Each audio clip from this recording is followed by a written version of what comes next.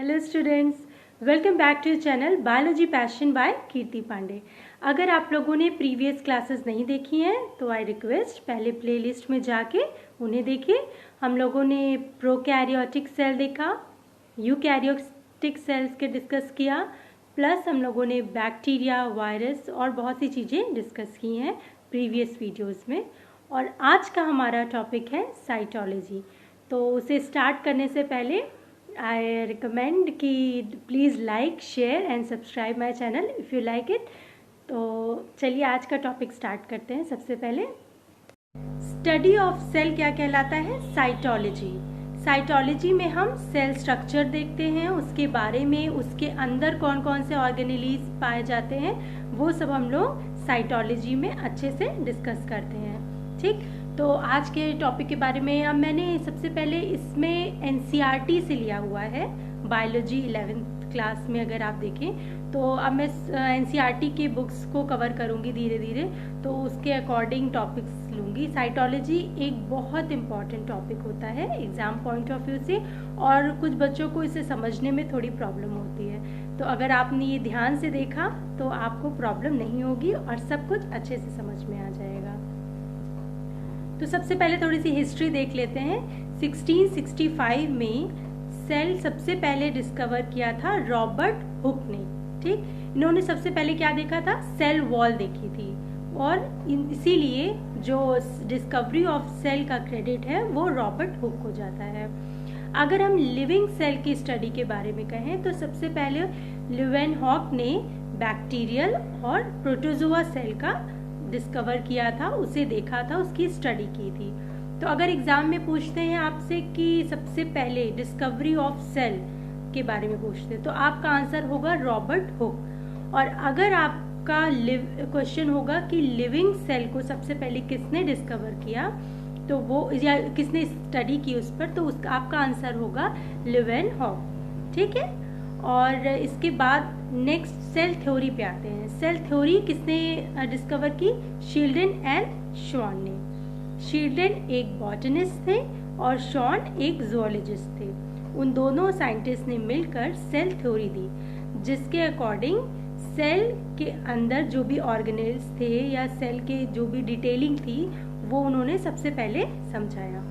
और एक थे साइंटिस्ट विर्चॉ, उन्होंने बताया कि सेल का जो भी ग्रोथ वो प्री एग्जिस्टिंग सेल से होता है। ठीक, तो अगर हम शील्डन एंड शॉन के बारे में बात करें तो उन्होंने ये बताया कि सेल यूनिट है, सब किसी भी, जैसे सेल से टिश्यू बनता है, टिश्यू से ऑर्गन और ऑर्गन से बॉडी बनती है। तो किसी भी ऑर्गन का सबसे जो यूनिट होता है, फर्स्ट यूनिट, वो है सेल।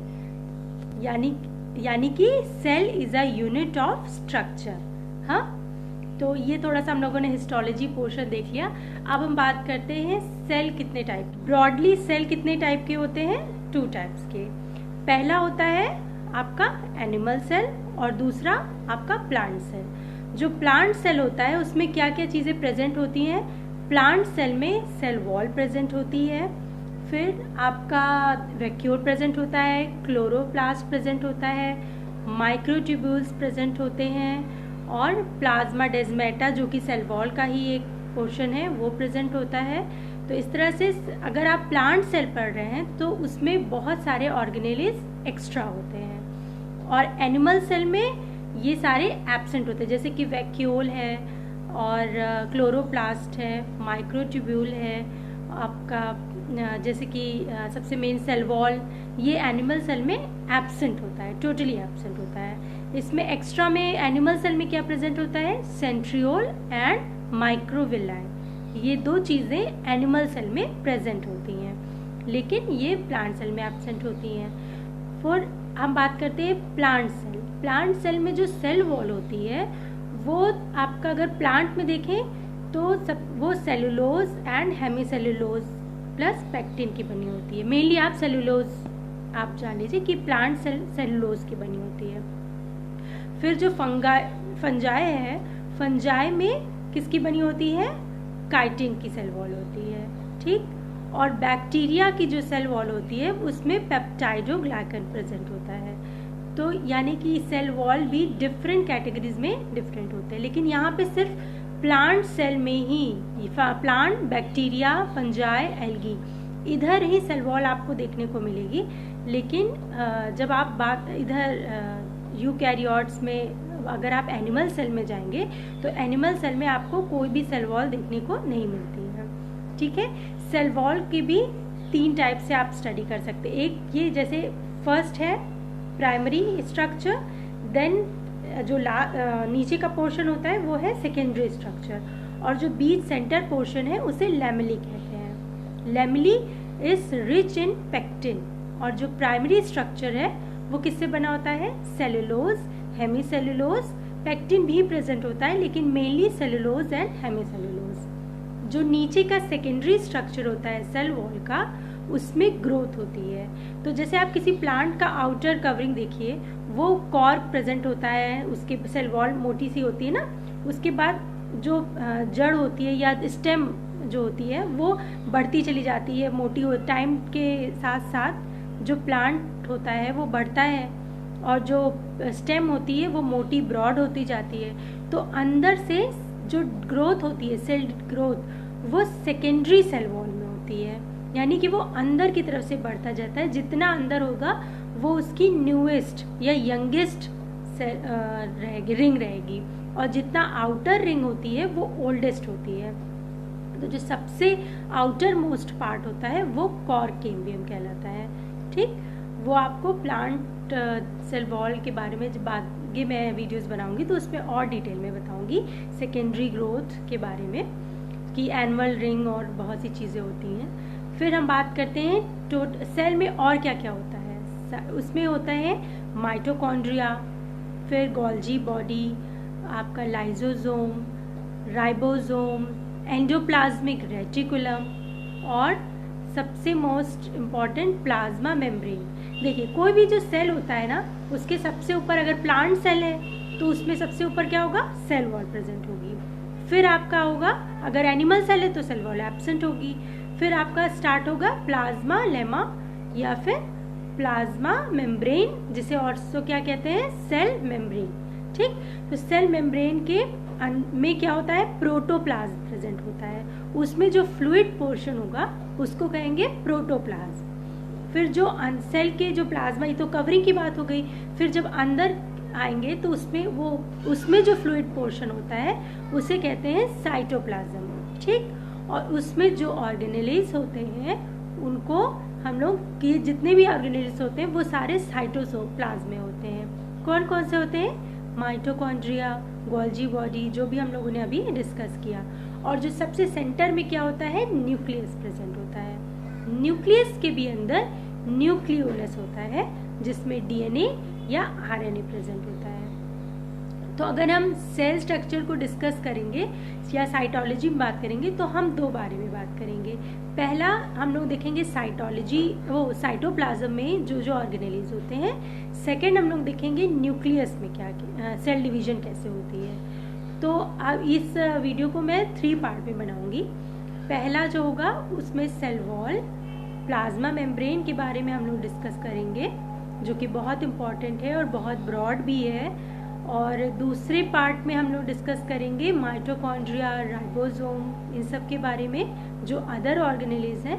एंड थर्ड जो पार्ट में बनाऊंगी उसमें हम लोग डिस्कस करेंगे न्यूक्लियस के बारे में। न्यूक्लियस में सेल डिवीजन या सेल साइकिल जो भी हम लोग पढ़ते हैं, सेल साइकिल कैसे होती है, डीएनए का रेप्लिकेशन कैसे होता है, वो हम लोग डिस्कस करेंगे। ठीक है, तो अभी अब बात करते हैं नेक्स्ट सेल मेम्ब्रेन की। ये हम लोगों ने जाना सेल वॉल के बारे में। ठीक है, अब हम लोग बात करते हैं सेल मेम्ब्रेन की। बट उससे पहले आपको मैं थोड़ा सा डायग्रामेटिकली क्लियर कर दूं। जितना भी अभी यहाँ तक हम लोगों ने जो भी चीज़ें डिस्कस की हैं उसको हम लोग थोड़ा सा डायग्राम से क्लियर कर लेते हैं। See, this is a plant cell. Plant cell में सबसे ऊपर आउटर लेयर पे क्या है? सेल वॉल है, जिसका प्राइमरी सेकेंडरी लेयर्स होती हैं और बीच में लैमेली प्रेजेंट है। इसी में चैनल लाइक प्लाज्मोडेस्माटा प्रेजेंट होता है। और प्रोटोप्लाज्म, प्लाज्मा मेम्ब्रेन है इस सेल वॉल के बाद, उसी में जो फ्लूइड है पार्ट है वो है प्रोटोप्लाज्म। फिर अंदर की तरफ हम लोग जो लाइट ब्लू कलर में है वो है साइटोप्लाज्म। साइटोप्लाज्म में जो प्लांट सेल होती है उसमें वैक्यूल, क्लोरोप्लास्ट स्पेशली अलग ऑर्गन्स होते हैं जो कि सिर्फ प्लांट सेल में ही पाए जाते हैं, वैक्यूल्स और क्लोरोप्लास्ट। इसके अलावा भी कुछ ऑर्गेनेलेज हैं। कुछ और ऑर्गेनेलेज में कौन से हैं? माइटोकॉन्ड्रिया, राइबोसोम, फिर है peroxisome, microtubule, smooth endoplasmic reticulum और rough endoplasmic reticulum. Then nucleus, nucleolus, Golgi apparatus, nuclear envelope, plasma membrane, vacuole, middle lamella, cell wall.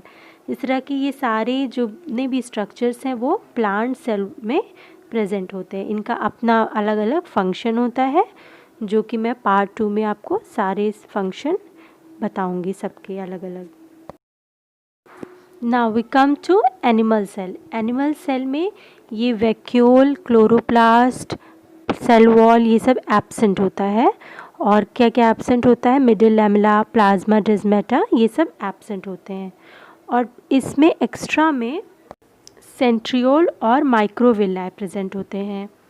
ठीक है, सेंट्रियोल और माइक्रोविल्लाए सिर्फ एनिमल सेल में प्रेजेंट होते हैं, जबकि माइक्रोट्यूब्यूल, वैक्यूल ये सब एब्सेंट होते हैं। बाकी जितने भी ऑर्गेनेलीज हैं जैसे कि mitochondria, lysosome, Golgi body, ribosome and ER, endoplasmic reticulum और न्यूक्लियस, ये सभी सेम एज इट इज़ होते हैं प्लांट सेल में भी और एनिमल सेल में भी। अब आप एक कंपैरेटिव डायग्राम देख सकते हैं, यहाँ पर बना हुआ है एनिमल और प्लांट सेल का। इसमें मोस्टली ऑर्गेनेलीज सेम होते हैं और जो डिफरेंस है वो mainly cell wall, vacuole, chloroplast का है। ठीक है, होप यू अंडरस्टैंड दैट। अब हम लोग डिस्कस करते हैं सेल मेम्ब्रेन को। ठीक, cell membrane, what is cell membrane? Cell membrane composed of lipid bilayer. हाँ, तो इसमें क्या होता है? सेल मेम्ब्रेन में क्या होता है? वो सबसे पहले तो ये शो करता है सेमी परमिएबिलिटी शो करता है, यानी कि इसके थ्रू डिफ्यूजन और ऑस्मोसिस होता है, एक्टिव ट्रांसपोर्ट होता है और अंदर बाहर हार्मोनल, प्रोटीन, इन सब चीज़ों का ट्रांसफ़र होता है, फ्लूइड ट्रांसफ़र होता है। जैसे कि हमारी बॉडी में आप एक छोटा सा एग्जाम्पल लीजिए किडनी का। जब किडनी में नेफ्रॉन से यूरिन बनता है, छनता है ब्लड से, तो कैसे छनता है? वो इसी सेमी परमिएबिलिटी की वजह से छनता है। कोई वहाँ पे सीप वो नहीं होती है कि छानने के लिए निकली है। वो क्या होता है? ये परमिएबिलिटी, जो सेमी परमिएबिलिटी होती है, जिससे थ्रू ऑस्मोसिस एंड डिफ्यूजन जो फ्लूइड पोर्शन है या गैसेस है, वाटर है, वो एक जो पतली पतली नली होती है, इसमें वेसल्स होती हैं हमारी बॉडी में, उसमें एक वेसल से दूसरे वेसल में ये ट्रांसफ़र होते हैं। तो ये क्या शो करता है? Semi permeability. इसमें जब प्लाज्मा मेम्ब्रेन की बात करते हैं तो ये सबसे किसी भी सेल की आउटर कवरिंग होती है। इस आउटर कवरिंग में आप जैसे फ्लूइड मोज़ेक मॉडल कहते हैं, जिसे किसने दिया था? सिंगर एंड निकोलसन ने दिया था। सिंगर एंड निकोलसन ने क्या बताया कि ये एक सैंडविच मॉडल है, जैसे कि दो ऐसे लेयर होती हैं ऊपर और नीचे। ये जो दोनों लेयर है ना, वो किसकी लेयर है? प्रोटीन की लेयर है। प्रोटीन ऊपर और नीचे प्रोटीन प्रेजेंट है, और बीच की जो लेयर है उसमें बाइलेयर्ड लिपिड प्रेजेंट होता है। लिपिड किस फॉर्म में होता है? लिपिड सैचुरेटेड हाइड्रोकार्बन्स होते हैं, जिसका हाइड्रोफिलिक हेड होता है जो कि ऊपर की तरफ होता है, वो पोलर होता है, और जो हाइड्रोफोबिक टेल होती है वो नीचे अंदर की तरफ बीच में प्रेजेंट होती है, वो हाइड्रोफोबिक होती है। हाइड्रोफोबिक होने का मतलब है, फोबिक किसी चीज़ का फोबिया या डर, तो वो हाइड्रो मीन्स वाटर। तो जो फ्लूइड पोर्शन होता है उसमें बीच में मेम्ब्रेन के बीचों बीच में जो फ्लूइड पोर्शन होता है, ये लिपिड्स उसी में रहती हैं, और उसके बीच में उसे जो क्वासी फ्लूइड नेचर होता है इस लिपिड का, वो उसे वहाँ पे रहने के लिए और परमेबिलिटी में हेल्प करता है, क्योंकि वो ना डिज़ोल्व होती है और ना ही उसमें अलग अलग करती है। क्वासी का मतलब आप समझ रहे हैं? क्वासी मीन्स होता है सेमी परमिएबिलिटी।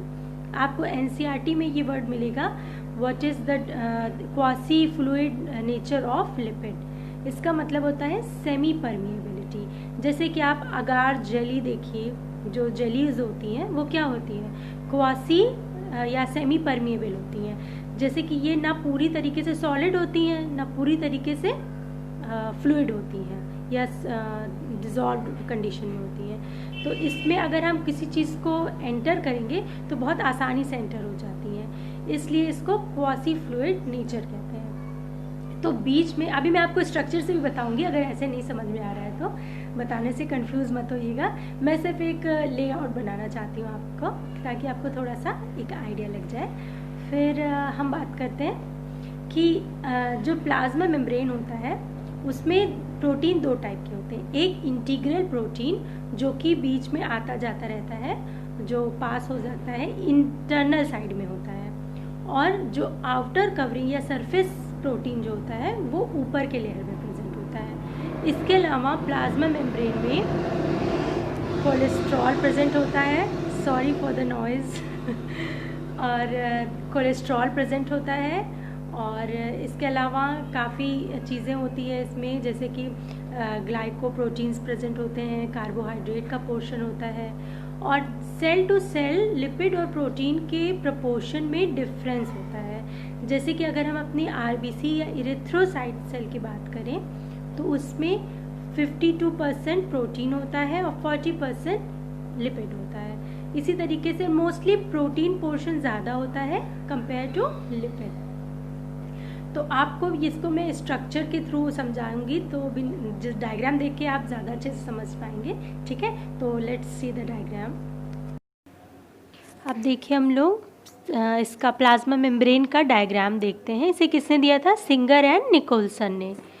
तो इस डायग्राम में आप देख सकते हैं अंदर इंटरनल साइड में इंटीग्रल प्रोटीन और बाहर आउटर लेयर किसमें कौन सी प्रोटीन है, पेरिफेरल प्रोटीन।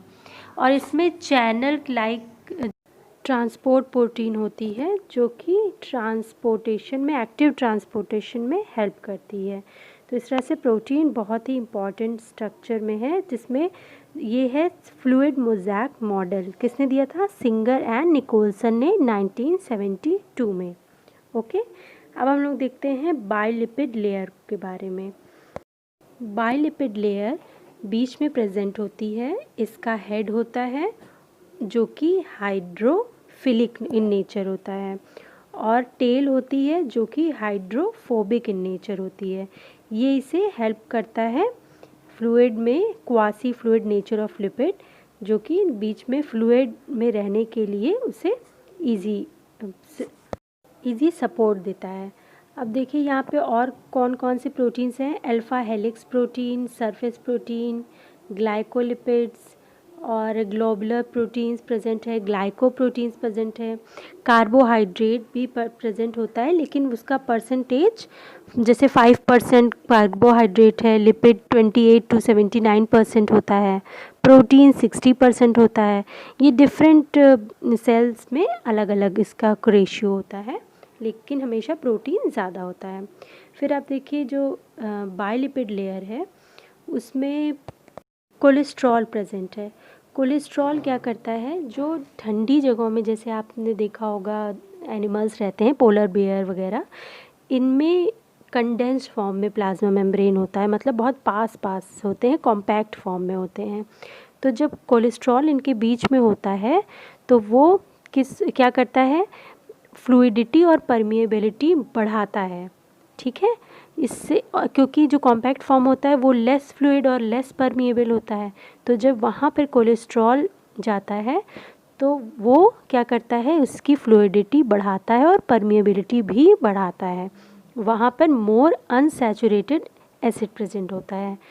और जो हॉट टेम्परेचर में जो एनिमल्स या लोग रहते हैं वहाँ पे क्या होता है, वहाँ पे कोलेस्ट्रॉल सैचुरेटेड एसिड के रूप में ज़्यादा यूज़फुल रहता है, क्योंकि जो जैसे गर्म जगहें होती हैं वहाँ पर प्लाज्मा मेम्ब्रेन एक्सपैंड होता है, वहाँ पर लेस कॉम्पैक्ट फॉर्म में होता है plasma membrane.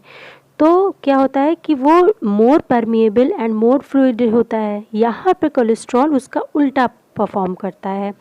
What it does, it makes more denser and it come closer to hydrophobic tail, helps compactness, मतलब वो उसको पास में लाता है, कोलेस्ट्रॉल दोनों हाइड्रोफोबिक जो टेल होती है उनको और पास पास लाता है और उसको और डेंसर बनाता है, जिससे कि फ्लूइडिटी और परमेबिलिटी थोड़ी कम हो सके या उसको कंट्रोल करता है। तो इस तरह से कोलेस्ट्रॉल बहुत ही इंपॉर्टेंट रोल प्ले करता है प्लाज्मा मेम्ब्रेन में, लेकिन वो उसकी जो मात्रा होनी चाहिए वो एक सीमित होनी चाहिए, जो एक प्रॉपर अमाउंट होता है। तो hope you all are clear with plasma membrane structure. अब इसके बाद मैं आपको फंक्शन दिखा देती हूँ कि रिटर्न में ही देती हूँ कि इसके फंक्शंस क्या क्या हैं प्लाज्मा मेम्ब्रेन के।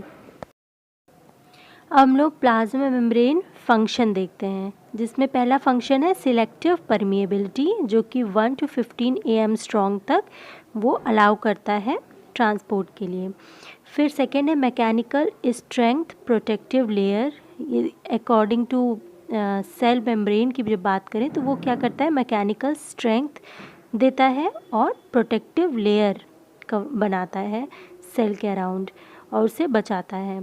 फिर तीसरा क्या है, ट्रांसपोर्टेशन ऑफ मटेरियल थ्रू, किसके थ्रू ट्रांसपोर्ट करता है, एक्सोसाइटोसिस, यानी कि सेल के बाहर जो भी ट्रांसपोर्ट होता है। एंडोसाइटोसिस में फैगोसाइटोसिस आता है, यानी कि सेल ईटिंग, और सेल ड्रिंकिंग यानी कि पिनोसाइटोसिस।